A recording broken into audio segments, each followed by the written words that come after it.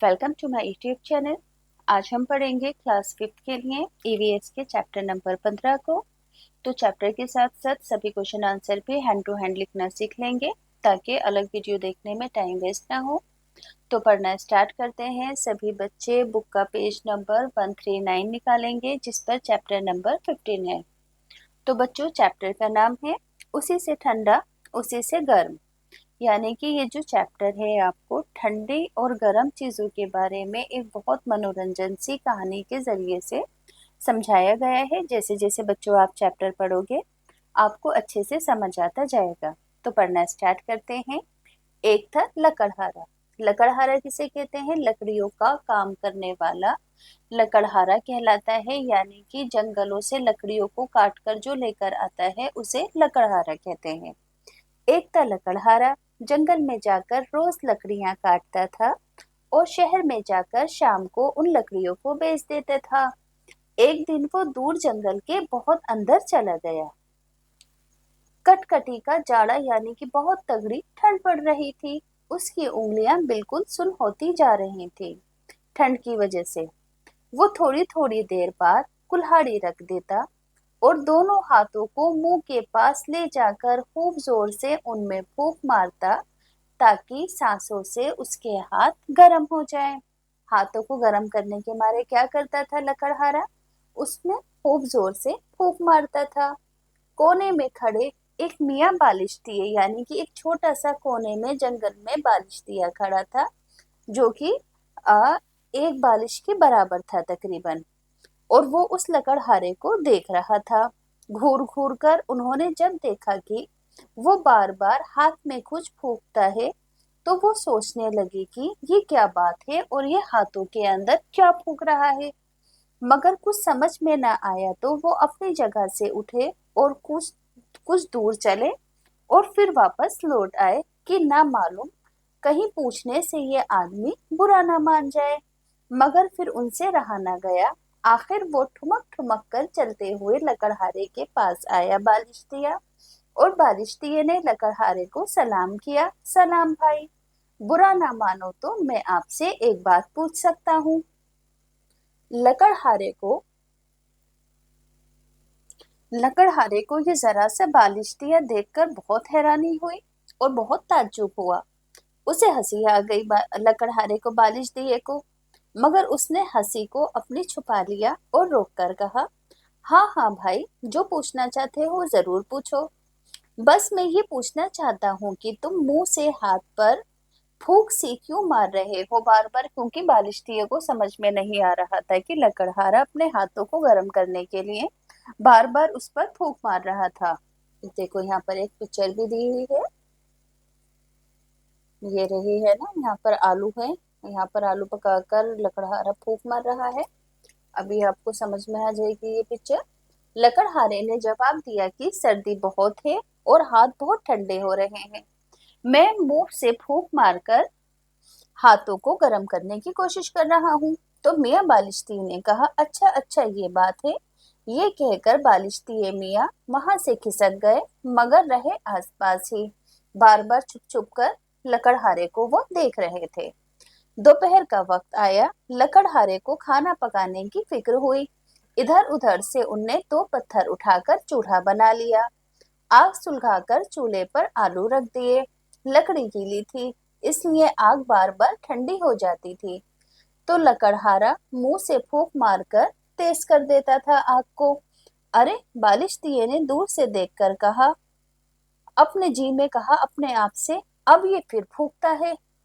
क्या इसके मुंह में से आग निकलती है जो ये आग को भड़काने के लिए फूंक क्यों मार रहा है? क्या इसके मुंह से आग निकलती है जो ये बार बार आग के ऊपर फूंक मार रहा है? क्योंकि लकड़ियां गीली थी ना, वो जल नहीं रही थी, इसलिए वो आग को तेज करने के लिए ऑक्सीजन दे रहा था। मगर बारिश थी की छोटी सी बुद्धि के अंदर बच्चों ये बात आ नहीं रही थी। तो लकड़हारे को भूख बहुत ज्यादा लगी थी इसलिए वो एक सिका हुआ उसने आलू उठाया। उसे खाना चाहा तो वो बहुत ज्यादा गर्म था आग की तरह। तो उसने फिर से फू फू करके आग को फूंक मारकर अब वो ठंडा कर रहा था। अरे, बालिश्तिये ने फिर से अपने मन में कहा कि ये फिर से फूंक मारता है। अब क्या इस आलू को फूंक कर ये जलाएगा, क्योंकि पहले उसे ये लगा था बालिश दिए को कि लकड़हारे ने आग ना फूंक से जलाई है। अब आलू इतना गर्म है, ये फिर से इसके ऊपर फूंक मार रहा है, क्या ये आलू को जलाना चाहता है। थोड़ी देर फूफू करके लकड़हाने ने उसे अपने मुंह में रख लिया, क्योंकि आलू हवा से ठंडा हो गया था और गप गप करके उसे खाने लगा। अब तो इस बालिश थी कि बहुत ज्यादा उसको हैरत हो रही थी इससे। फिर बालिश दिए से रहा न गया और ठुमक ठुमक कर फिर वो लकड़हारे के पास आया और कहा, सलाम भाई, बुरा ना मानो तो एक बात पूछूं। लकड़हारे ने कहा, बुरा क्यों मानूंगा, पूछ लो जो पूछना चाहते हो। तो बालिश दिए ने कहा कि तुमने सुबह मुझसे कहा था कि मुंह से फूंक कर मैं अपने हाथों को गर्म कर रहा हूँ। अब इस आलू के ऊपर तुमने क्यों फूंक मारी? ये तो बहुत गर्म था, इसे और गर्म करना चाहते थे क्या तुम? नहीं मियाँ टिल्लू, ये आलू बहुत गर्म है, मैं इसे मुंह से फूंक मारकर ठंडा कर रहा हूँ। बात तो कुछ ऐसी ना थी, मगर ये सुनकर मियाँ बालिश दिए का मुंह पीला पड़ गया। वो डर गया और डर के मारे कपकपाने लगा। उसके पैर पीछे हटते जाते। लकड़हारा भला मानस था, उसने आखिरकार पूछ लिया, अरे मियाँ क्या हुआ, क्या जाड़ा बहुत लग रहा है? मगर मियाँ बालिश दिए थे कि बराबर पीछे ही हटते जा रहे थे और बहुत डर रहे थे कि लकड़हारा कभी तो फूंक मारकर चीजों को अपने हाथों को गर्म कर रहा है और कभी फूंक मारकर आलू को ठंडा कर रहा है, क्योंकि उसकी छोटी बुद्धि में ये बात समा नहीं रही थी कि वो कभी वो अपने हाथों को गर्माहट दे रहा था और कभी वो बहुत तेज गर्म आलू को फूंक मारकर ठंडा कर रहा था। तो वो डर गया इस बात को सुनकर, और जब काफी दूर हो गया तो बोले, अरे ये न जाने क्या बला है, कोई भूत है या जिन है? उसी से ठंडा उसी से गर्म, हमारी अकल में ये बात नहीं आई। सच है, ये बात बालिश दिए की नन्ही सी खोपड़ी में नहीं समा पा रही थी कि वो फूंक बार बार ठंडी और गर्म चीजों पर लकड़हारा क्यों मार रहा था, और वो डर गया था। अब देखो बच्चों, यहाँ पर कुछ क्वेश्चन आंसर है। तो पहला क्वेश्चन है कि सोचो, क्या असल में बालिश दिए होते हैं? इस कहानी के लेखक ने बालिश दिए की बात क्यों की होगी? तो आंसर में आप लिखोगे कि असल में बालिश दिए नहीं होते। इस कहानी में लेखक ने बालिश दियों की बात कहानी को मनोरंजक बनाने के लिए की है और बच्चों को ये भी समझाया है कि फूंक से हम चीजों को ठंडा और गर्म भी कर सकते हैं, सीख भी दी है। अब देखो अगला क्वेश्चन है, करके देखो। बालिश दिए ने जब ये देखा कि लकड़हारा आग सुलगाने के लिए भी और आलू को ठंडा करने के लिए भी फूंक मार रहा है तो उसे बड़ी हैरानी हुई। तो क्या तुमने भी कभी सर्दी में अपने हाथों पर फूंक मारी है और तुम्हें कैसा लगा? तो आंसर नंबर सेकंड लिखोगे कि हाँ, सर्दियों में फूंक मारने से मेरे हाथ गर्म हो जाते हैं और हाथों में गर्माहट महसूस होती है। नेक्स्ट क्वेश्चन है, अपने हाथों को मुंह के पास लाकर जोर से 2-3 बार फूंक मारो, मुंह में छोड़ी हुई फूंक की हवा आसपास की हवा के मुकाबले में कैसी लगी? तो देखो, इसका आंसर आप लिखोगे कि मुंह से छोड़ी हुई हवा आसपास की हवा के मुकाबले थोड़ी गर्म लगती है, क्योंकि अंदर से हमारी सांसें, बॉडी गर्म होती है। तो इसी वजह से जब हम अपने हाथों पर फूंक मारते हैं तो मुंह से निकलने वाली हवा हमें हल्की सी आसपास की हवा की तुलना में गर्म लगती है। अगला क्वेश्चन है कि अगर हाथों को मुंह से थोड़ी दूर पर रखो तब भी क्या मुंह से निकली हुई हवा गर्म लगेगी, और क्यों? तो देखो, नहीं, हवा अब कम गर्म लगेगी, क्योंकि दूर से फूंक हवा में मिलकर कम गर्म हो जाती है। यानी कि जब हम दूर से फूंक मारेंगे तो वो हवा के अंदर मिलकर ना कम गर्म हो जाएगी, यानी कि वो हमें अब ज्यादा गर्म नहीं लगेगी। अब बच्चों बुक के पेज नंबर 142 पर आ जाओ। नेक्स्ट टाइटल है सोचो और बताओ। पहला क्वेश्चन है कि क्या तुम कोई और ऐसी स्थिति सोच सकते हो जब फूंक मारने से आपको गर्मी लगती है? जैसे कि आंख की लाली या किसी चोट के लिए हम सांस की गर्माहट का यूज कर सकते हैं। स्क्रीनशॉट लेकर बेटे लिख देना कि जब हमारे आंख के अंदर जैसे किसी की कोनी या कोई कोना वगैरह लग जाता है तो आंख को गर्माहट देने के लिए हैंकी के ऊपर हम फूंक मार कर हैंकी को गर्म करके आंख के ऊपर रख लेते हैं। तो क्या लिखोगे कि आग की लाली या किसी चोट के लिए हम सांस की गर्माहट का उपयोग रुमाल पर फूंक मारकर कर सकते हैं। स्क्रीनशॉट लेकर हैंड टू हैंड आंसर लिख देंगे। नेक्स्ट क्वेश्चन है, अपने आपने रुमाल या किसी भी मुलायम कपड़ों को 2-3 बार मोड़ दो और उसे मुंह के पास लाकर 2-3 बार जोर से फूंक मारो, क्या रुमाल या कपड़ा कुछ गर्म हो गया? तो हाँ, रुमाल गर्म हो जाता है सांस की गर्मी से। अगला क्वेश्चन है कि बालिश्तियों ने देखा कि लकड़हारा गरम गरम आलू को फूंक मारकर ठंडा कर रहा था। अगर वो बिना फूंक मारे ही गरम गरम आलू को खा लेता तो क्या होता?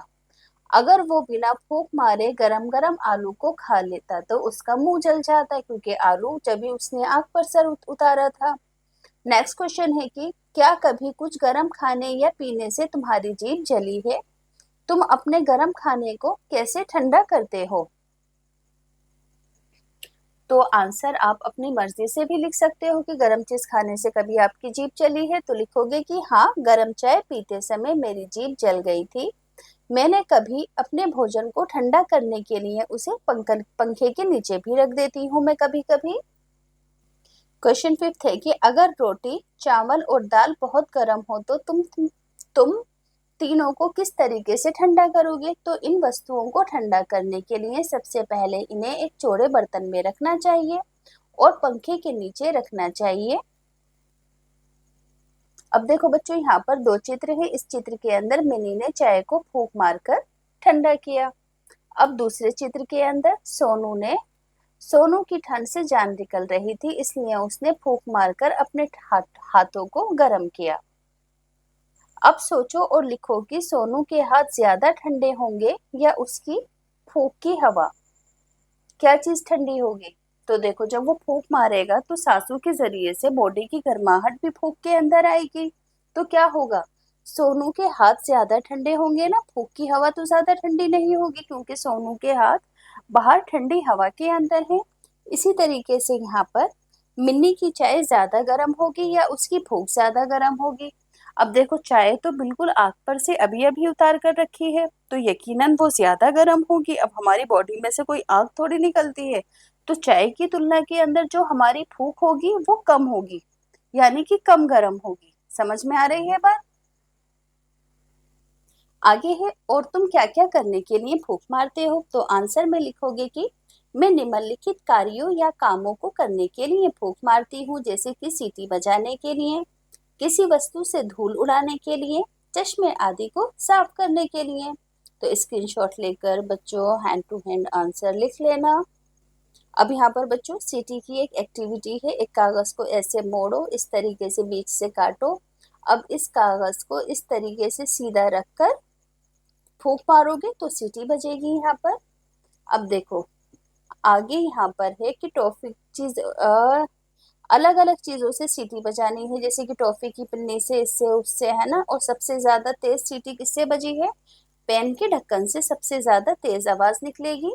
तो यहाँ पर आप लिख दोगे कि पेन के ढक्कन से सबसे तेज आवाज निकलेगी। नेक्स्ट क्वेश्चन है पेज नंबर 144 पर, क्या तुमने कभी देखा या सुना है कि लोग अलग अलग चीजों के इस्तेमाल से अलग अलग तरह का संगीत बजाते हैं?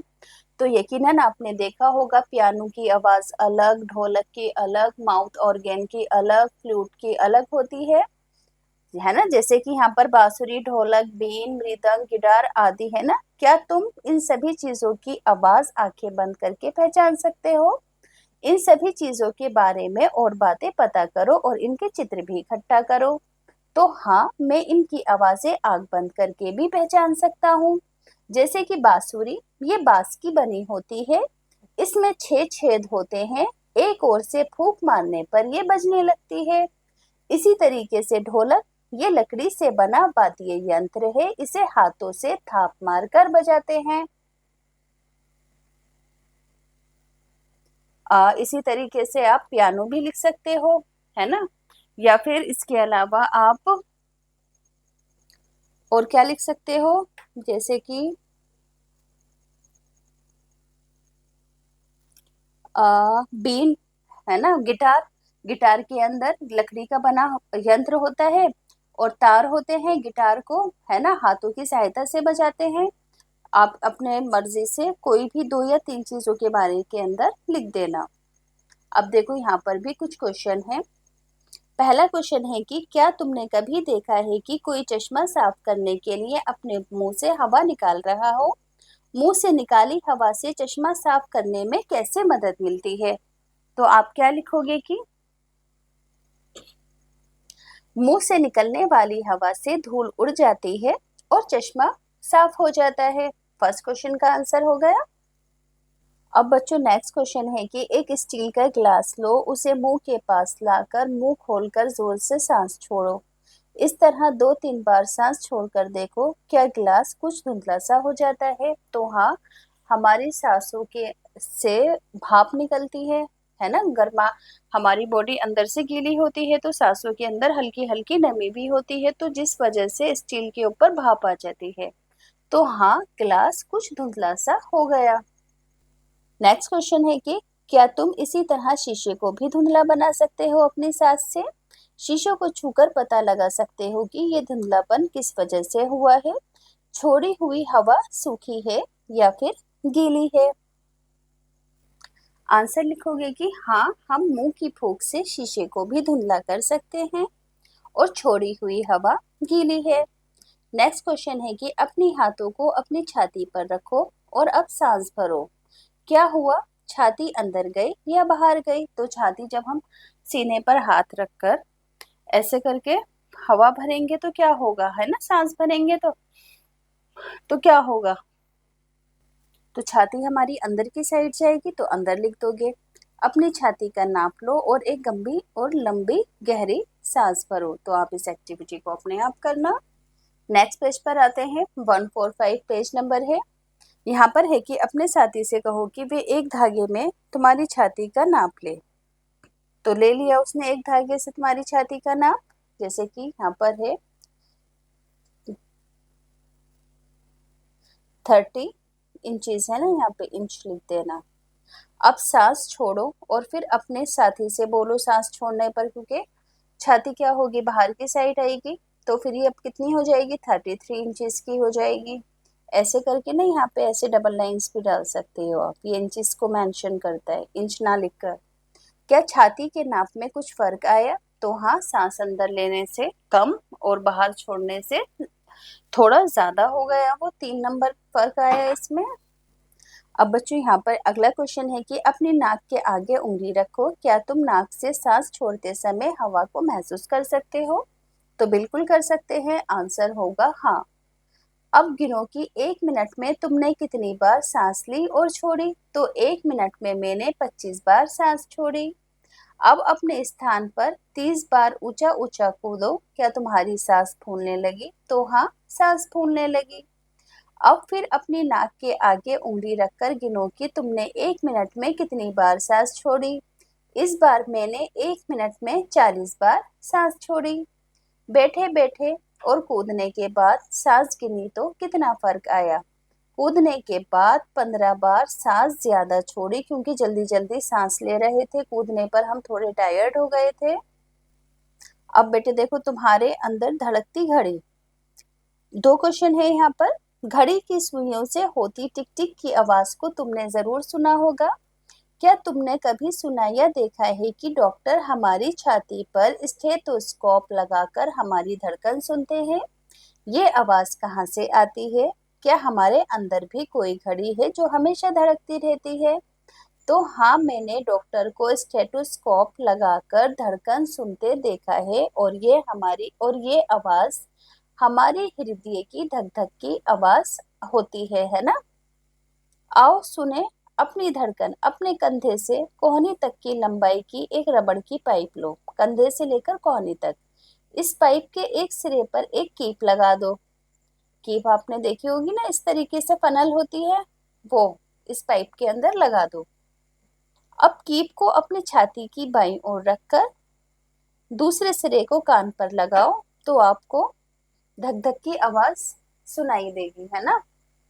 तो ये आवाज हमारे हृदय की धक धक की आवाज होती है। स्क्रीनशॉट लेकर बेटे आंसर लिख देना इसको भी। अब देखो एट लास्ट यहाँ पर कुछ क्वेश्चन है। अमित खेलते खेलते दीवार से टकरा गया और उसका माथा झट से सूज गया। दीदी ने तुरंत ही दुपट्टे को 3-4 बार मोड़कर उस पर फूंक मारी और अमित के माथे पर रख दिया। सोचो दीदी ने ऐसा क्यों किया होगा? ऐसा क्यों किया होगा? तो आप आंसर में क्या लिखोगे कि कपड़े पर फूंक मारने पर वे गर्म हो गया होगा तथा अमित की चोट को गर्माहट से फायदा हुआ होगा। स्क्रीनशॉट लेकर हैंड टू हैंड आंसर लिखना है।